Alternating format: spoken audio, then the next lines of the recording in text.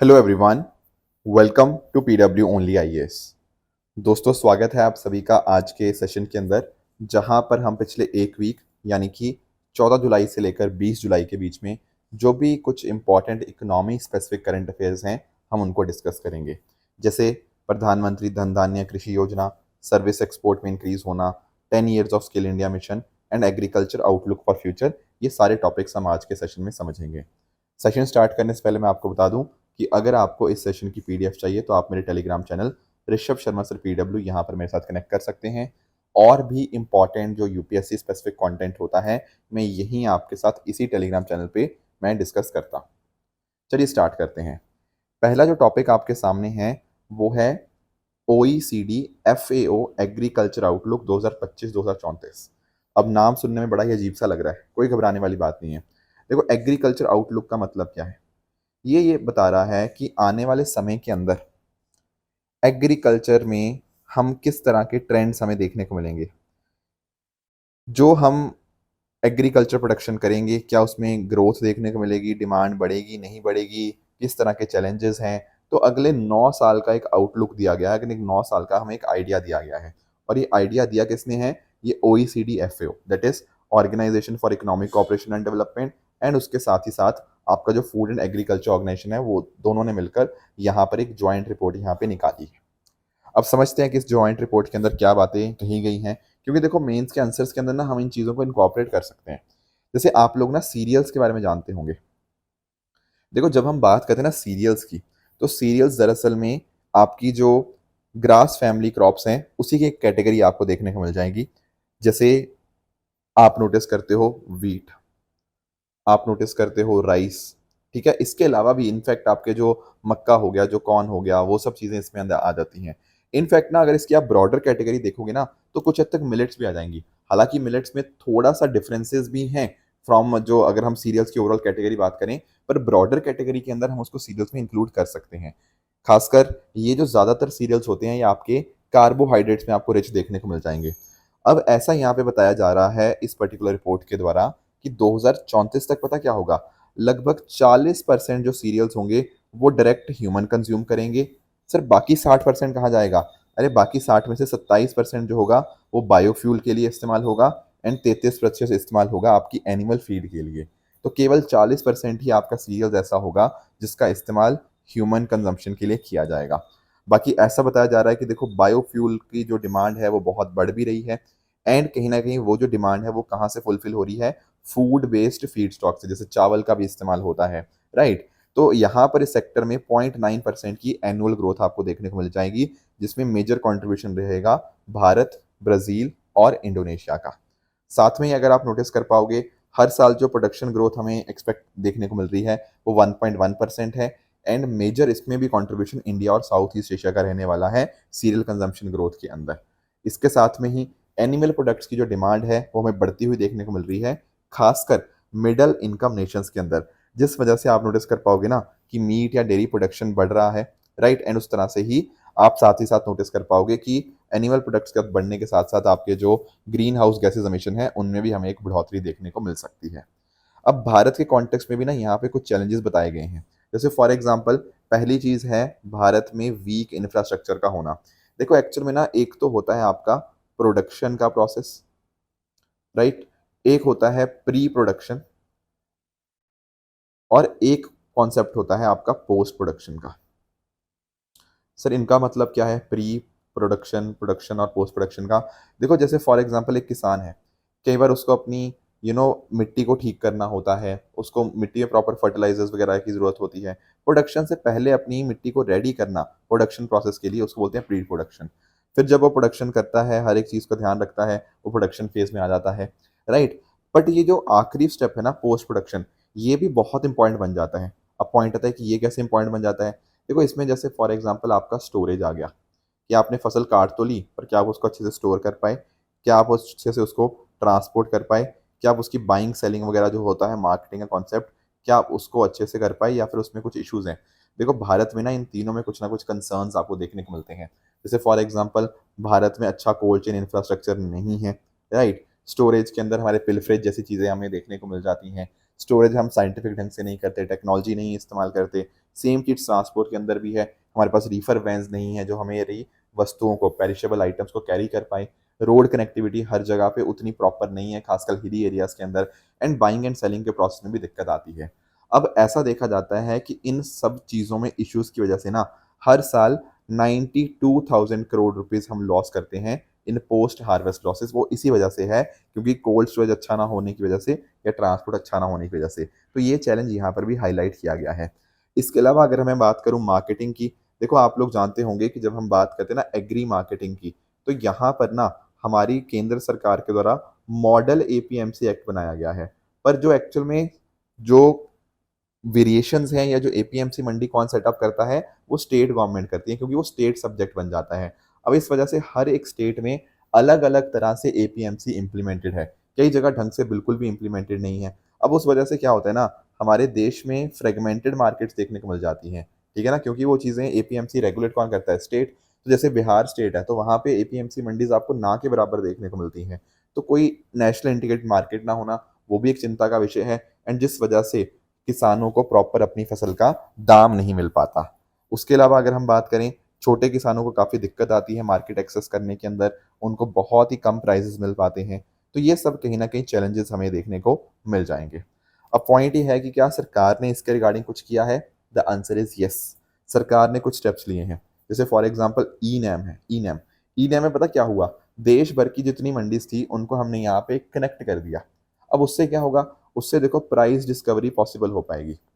Actually ना जिन लोगों ने एग्रीकल्चर पढ़ा हुआ है, मैंने कई बार डिस्कस किया आप लोगों के साथ कि मार्केटिंग के कॉन्टेक्स्ट में एक समस्या पता क्या है? वो प्राइस डिस्कवरी की है। जब हम बात जाते हैं मंडीज़ के अंदर ना, तो मंडीज़ के अंदर जो आपके बायर्स होते हैं, वो एक कार्टेल फॉर्म करके बैठ जाते हैं। कार्टेल मतलब आपस में नेक्सस, एक ग्रुप फॉर्म करने के बैठ के। एंड कार्टेल फॉर्म करने की वजह से जो किसान है, उसको बिल्कुल भी दाम नहीं मिलता, राइट? अब ई-नैम ने इसी चीज़ को कम करने की कोशिश करी है, बिकॉज़ ई-नैम की सहायता से क्या होगा, देश की मंडीज़ कनेक्ट हो जाएँगी एंड इस प्लेटफ़ॉर्म के माध्यम से ट्रांसपेरेंसी आ पाएगी। उसके अलावा अगर हम बात करें, हमें नोटिस करने को मिलता है 10,000 फार्मर प्रोड्यूसर ऑर्गेनाइजेशन स्कीम। इस स्कीम के माध्यम से हमने छोटे किसानों के लिए मार्केट लिंकेजेस हमने बेटर कर दिए, एफपीओस बनाए, ठीक है? ग्रुपिंग उनकी यहाँ पे हमें बनती हुई देखने को मिलती है। इसके अलावा हमने एग्रीकल्चर इंफ्रास्ट्रक्चर फंड यहाँ पे क्रिएट किया है। ये जो मदद करेगा ना, ये एग्रीकल्चर इंफ्रास्ट्रक्चर क्रिएट कर रहा है। मैंने अभी आपके साथ डिस्कस किया ना, भारत में इंफ्रास्ट्रक्चर अच्छा नहीं है, तो इसके माध्यम से वेयर हाउसेस, कोल्ड चेन्स, ये सब चीज़ें बनाई जा रही हैं। And lastly agriculture marketing infrastructure, यहाँ पर भी बात होती है रूरल स्टोरेज कैपेसिटी बेहतर करने की, गोडाउन्स के माध्यम से। तो ये सब चीज़ें, अलग-अलग स्टेप्स जो हैं, वो हमारी सरकार के द्वारा लिए जा रहे हैं ताकि एग्रीकल्चर की समस्याएँ हम ठीक कर पाएँ। अब एग्रीकल्चर की समस्या को ही ठीक करने के लिए एक और भी योजना यहाँ पे स्टार्ट करी गई है, दैट इज़ प्रधानमंत्री धन धान्य कृषि योजना। थोड़ा-सा इसको अंडरस्टैंड करते हैं। सबसे पहली चीज़ जो मैं आपको समझाना चाहूँगा ना, वो नीति आयोग का एस्पिरेशनल डिस्ट्रिक्ट प्रोग्राम है। अब नीति आयोग पता क्या देखता है? नीति आयोग देखता है कि भाई कुछ डिस्ट्रिक्ट हैं जो थोड़े पिछड़े हुए हैं। किस चीज़ से पिछड़े हुए हैं? सोशो इकोनॉमिक इंडिकेटर्स के ऊपर। हो सकता है वहाँ लोगों की हेल्थ अच्छी ना हो, एजुकेशन का स्तर काफ़ी नीचे हो, सैनिटेशन में दिक्कतें आ रही हों। इस तरह से नीति आयोग कुछ डिस्ट्रिक्ट्स को आइडेंटिफ़ाई करता है एंड फिर उस डिस्ट्रिक्ट को आगे कैसे बढ़ा सकते हैं, उसके लिए यहाँ पे काम किया जाता है। ठीक है, ठीक है। तो यही सेम कॉन्सेप्ट हमने एग्रीकल्चर में लाने की कोशिश करी। अब पॉइंट ये आता है वो कैसे? देखो हमने ये देखा कि भाई कुछ एग्रीकल्चर के कॉन्टेक्स्ट में कुछ डिस्ट्रिक्ट पिछड़े हुए हैं। जैसे फॉर एग्जांपल हो सकता है उस डिस्ट्रिक्ट के अंदर एग्रीकल्चर प्रोडक्टिविटी काफ़ी कम हो, या साथ ही साथ क्रॉपिंग इंटेंसिटी काफ़ी कम हो, या फिर वहाँ के किसानों को लोन वगैरह काफ़ी कम मिलता हो। तो इस तरह से देश भर के अंदर हम 100 डिस्ट्रिक्ट्स को इस तरह से आइडेंटिफाई करेंगे। तो जैसा मैंने बताया था ना एस्पिरेशन डिस्ट्रिक्ट प्रोग्राम के अंदर कि कुछ डिस्ट्रिक्ट पिछड़े हुए होंगे, तो यहाँ पर भी हमने इस तरह से देख लिया कि एग्रीकल्चर के कॉन्टेक्स्ट में कौन से डिस्ट्रिक्ट इस तरह से पिछड़े हुए हैं। तो कोशिश ये करी जाएगी प्रधानमंत्री धन धान्य कृषि योजना के माध्यम से कि इन 100 डिस्ट्रिक्ट्स को हम अपलिफ्ट करें, इनको आगे लेके जाएँ। इनमें एग्रीकल्चर प्रोडक्टिविटी बेहतर करें, इनमें क्रॉप डाइवर्सिफिकेशन करें, इनमें पोस्ट हार्वेस्ट स्टोरेज को और अच्छा किया जाए गाँवों के लेवल के ऊपर, इरिगेशन के इंफ्रास्ट्रक्चर को बेहतर करें, इनको शॉर्ट टर्म क्रेडिट भी, लॉन्ग टर्म क्रेडिट इनको अच्छे से मिल पाए। अब ये मिलेगा कैसे? देखो यहाँ पर कोई नई स्कीम नहीं है। ये जो प्रधानमंत्री धन धान्य कृषि योजना है ना, ये जो ऑलरेडी 36 एग्जिस्टिंग स्कीम्स चल रही हैं, उसी के कन्वर्जेंस के माध्यम से ही आपका ये इम्प्लीमेंट होगा। तो आप यहाँ पे नोटिस कर पाओगे इन सब डिस्ट्रिक्ट्स को बेहतर बनाने के लिए यहाँ पर 24,000 करोड़ का एनुअल आउटले आपको देखने को मिल जाएगा। ये स्कीम बेसिकली 6 साल तक चलेगी एंड हर साल इसके लिए 24,000 करोड़ यहाँ पे दिया जाएगा एंड इस तरह से इस डिस्ट्रिक्ट को बेहतर बनाया जाएगा। इंटरेस्टिंग बात आप नोटिस करिएगा कि यहाँ पर ना कमेटीज बनेंगी डिस्ट्रिक्ट लेवल के ऊपर, स्टेट लेवल के ऊपर और नेशनल लेवल के ऊपर, और साथ ही साथ ये जो आपके हर डिस्ट्रिक्ट के लिए अलग अलग प्लान बनाया जाएगा एंड उस डिस्ट्रिक्ट के कॉन्टेक्स्ट में जो वहाँ के जो फार्मर्स हैं जो अच्छा कर रहे हैं उनको भी इंक्लूड किया जाएगा, ताकि वो भी बता पाएं कि उस डिस्ट्रिक्ट के अंदर हम आगे बढ़ोतरी कैसे कर सकते हैं, आपने क्या अच्छा किया जिस वजह से बाकियों को भी उसका फायदा मिल सकता है। तो इस तरह से इन प्लान्स के ऊपर यहाँ पे फोकस किया जाएगा एंड साथ ही साथ हर डिस्ट्रिक्ट कैसा काम कर रहा है उसके लिए 117 इंडिकेटर्स बनाए गए हैं जिनको हम केपीआईज बोलते हैं, की परफॉर्मेंस इंडिकेटर। तो पता लगता रहेगा कि भाई किस स्टेट के कौन से डिस्ट्रिक्ट ने कैसा काम किया है, उसके लिए हमारे पास हर महीने डेटा आता रहेगा डिजिटल डैशबोर्ड के माध्यम से। बाकी जो नीति आयोग होगा वो भी इस तरह से इन डिस्ट्रिक्ट प्लान्स को यहाँ पे रिव्यू और गाइड यहाँ पे करता रहेगा। साथ ही साथ अगर हम बात करें यहाँ सेंट्रल नोडल ऑफिसर्स को भी यहाँ पे अपॉइंट यहाँ पे किया जा रहा है, ठीक है ना। तो ये कुछ बातें आप यहाँ पे नोटिस कर पाएंगे। तो इससे उम्मीद यही है कि प्रोडक्टिविटी बढ़िया हो पाएगी, वैल्यू एडिशन अच्छा होगा, लोकल लाइवलीहुड क्रिएट होंगे एंड साथ ही साथ यहाँ पे डोमेस्टिक प्रोडक्शन के अंदर भी बढ़ोतरी होगी जिसमें हम आत्मनिर्भरता फिर हम यहाँ पे अचीव कर सकते हैं। तो ये कुछ बातें थी प्रधानमंत्री धन धान्य कृषि योजना के कॉन्टेक्स्ट में जो आपको क्लियर होनी चाहिए। नेक्स्ट टॉपिक पे आते हैं, that is services exports cut India trade deficit by 9.4% in Q1। थोड़ा सा ना मैं आपको उस डेटा देना चाहता हूँ, इसमें और कुछ तो खास है नहीं, आप यहाँ पे अंडरस्टैंड करिएगा। अगर हम बात करें ना अप्रैल से जून 2025 की, जो कि इस फाइनेंशियल ईयर का Q1 है, एंड उसको कंपैरिजन करें लास्ट ईयर के Q1 की, मतलब इस साल का अप्रैल से जून का समय उसको पिछले साल के अप्रैल और जून के समय के साथ कंपैरिजन आप करोगे ना, तो आप ये नोटिस करोगे कि भारत के एक्सपोर्ट बड़े हैं। जैसे पिछली बार हमने 198 बिलियन डॉलर का एक्सपोर्ट किया था, इस बार हमने 210 बिलियन डॉलर का एक्सपोर्ट किया है, ठीक है। लगभग 12 बिलियन डॉलर की एक्सपोर्ट में बढ़ोतरी हुई है। इंपोर्ट की बात करें तो पिछली बार हमारा इंपोर्ट था 220 के आसपास, इस बार वो 230 बिलियन डॉलर हो चुका है। तो यहाँ पर भी हमारे इंपोर्ट 10 बिलियन डॉलर बढ़े हैं। तो आप नोटिस कर सकते हो 12 बिलियन हम पॉजिटिव में गए एक्सपोर्ट बढ़ने की वजह से, और 10 बिलियन हम नेगेटिव में गए इंपोर्ट बढ़ने की वजह से। तो नेट में हमारा जो ट्रेड डेफिसिट था ना वो 2 बिलियन डॉलर यहाँ पे कम हुआ है। अब ये क्यों कम हुआ है, इसका रीजन ये है कि क्योंकि हमारे सर्विसेज ने अच्छा काम किया है।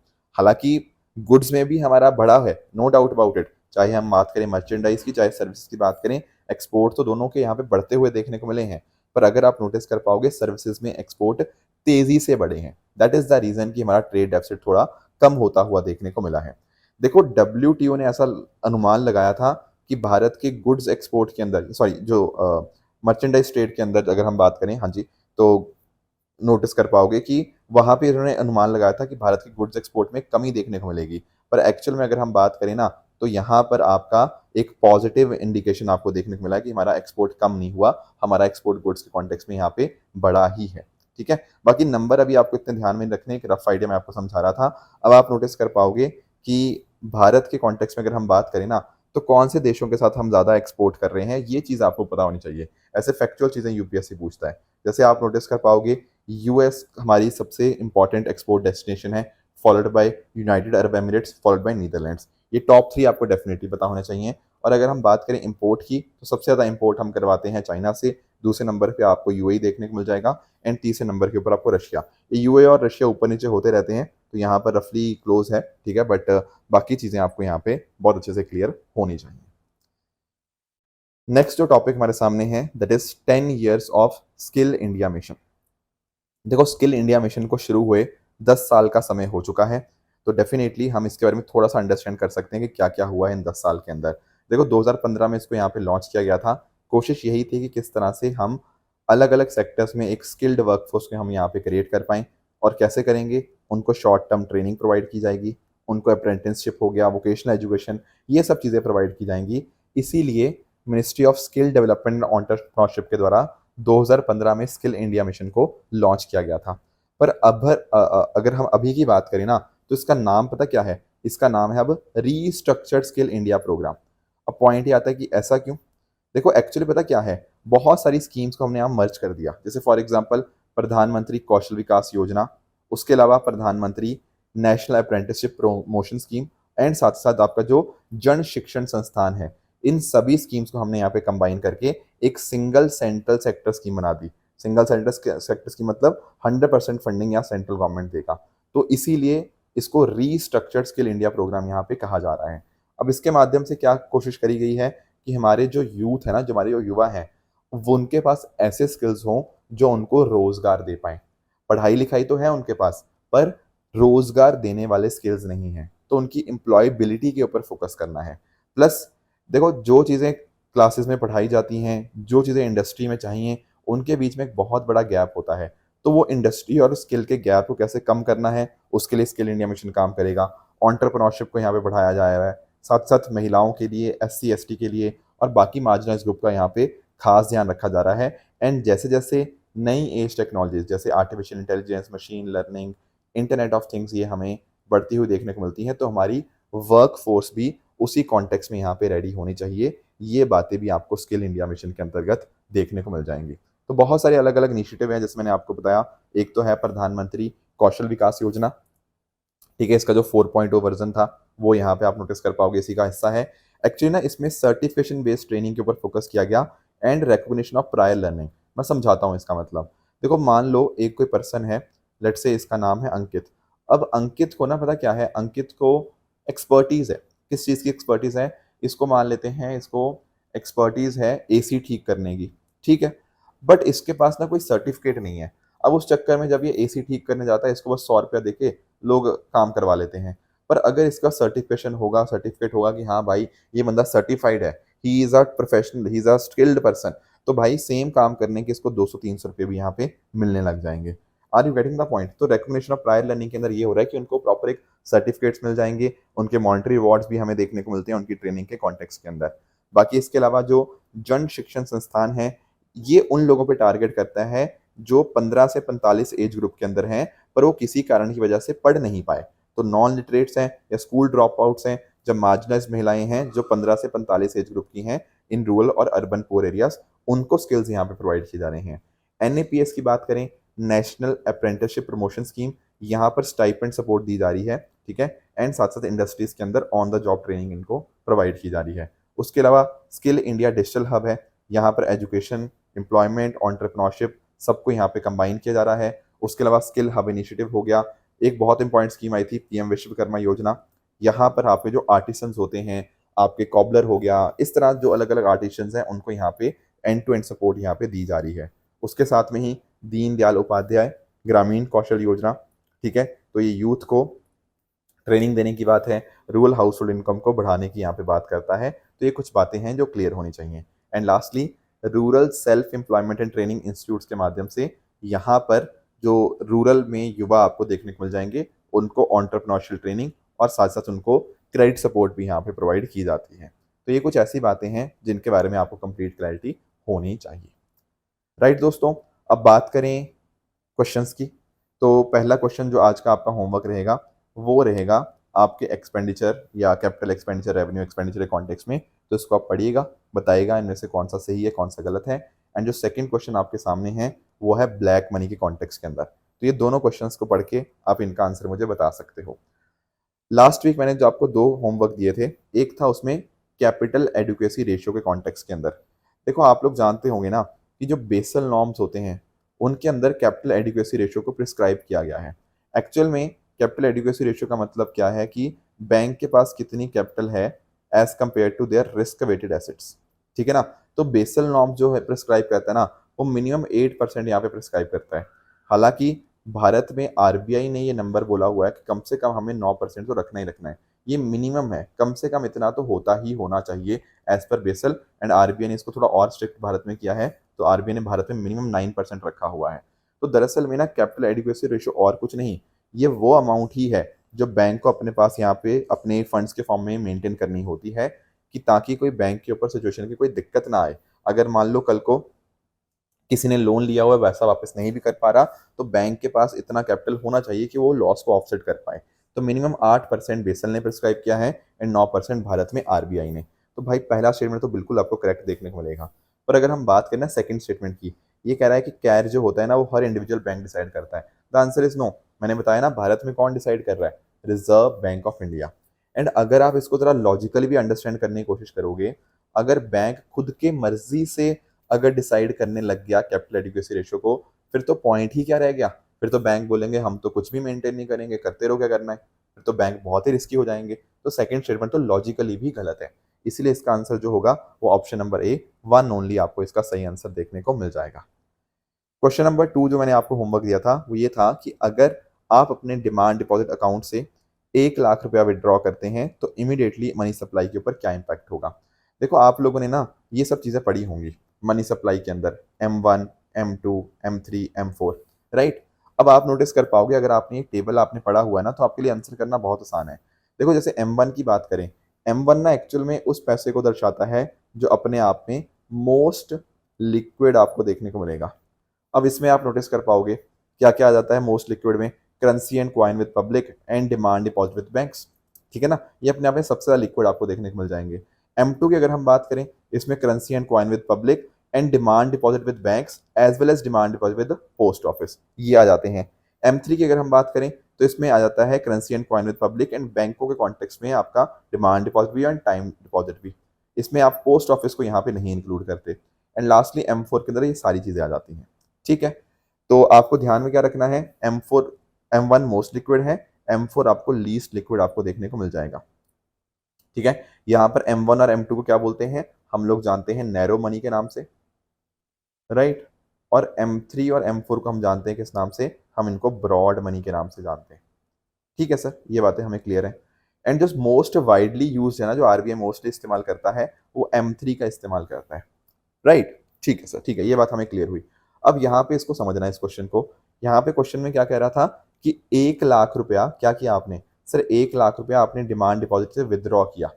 अब एक बात अंडरस्टैंड करो, अगर आप अपने डिमांड डिपॉजिट से 1 लाख रुपया कम कर रहे हो, मतलब आपने विदड्रॉ किया, तो क्या मैं ऐसा लिख सकता हूँ कि कमर्शियल बैंक के साथ जो डिमांड डिपॉजिट है वो 1 लाख कम हो जाएगा। Answer is yes. जब आप अपने बैंक अकाउंट से 1 लाख निकालते हो तो आपके बैंक में 1 लाख माइनस हो जाता है, बिल्कुल सही बात है।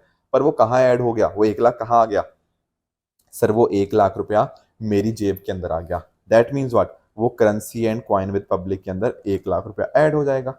तो आपने जो बैंक से 1 लाख निकाला वो वहाँ -1 लाख, पर आपकी जेब में जो आ गया वहाँ +1 लाख। तो इससे क्या होगा, सर ये एक दूसरे को काट देंगे। ये 1 लाख जो प्लस हुआ था, सॉरी जो 1 लाख जो माइनस हुआ था, वो 1 लाख प्लस वाले को काट देगा। एंड उससे क्या इफेक्ट आएगा, उससे जीरो इफेक्ट आएगा, उसमें कुछ भी चेंज नहीं आएगा। तो यहाँ पर आपके सामने जो क्वेश्चन है ना, इसका आंसर क्या बनेगा, इसका आंसर बनेगा D, it will leave it as unchanged. तो ये बात आपको यहाँ पे क्लियर होनी चाहिए, option D will be the right answer.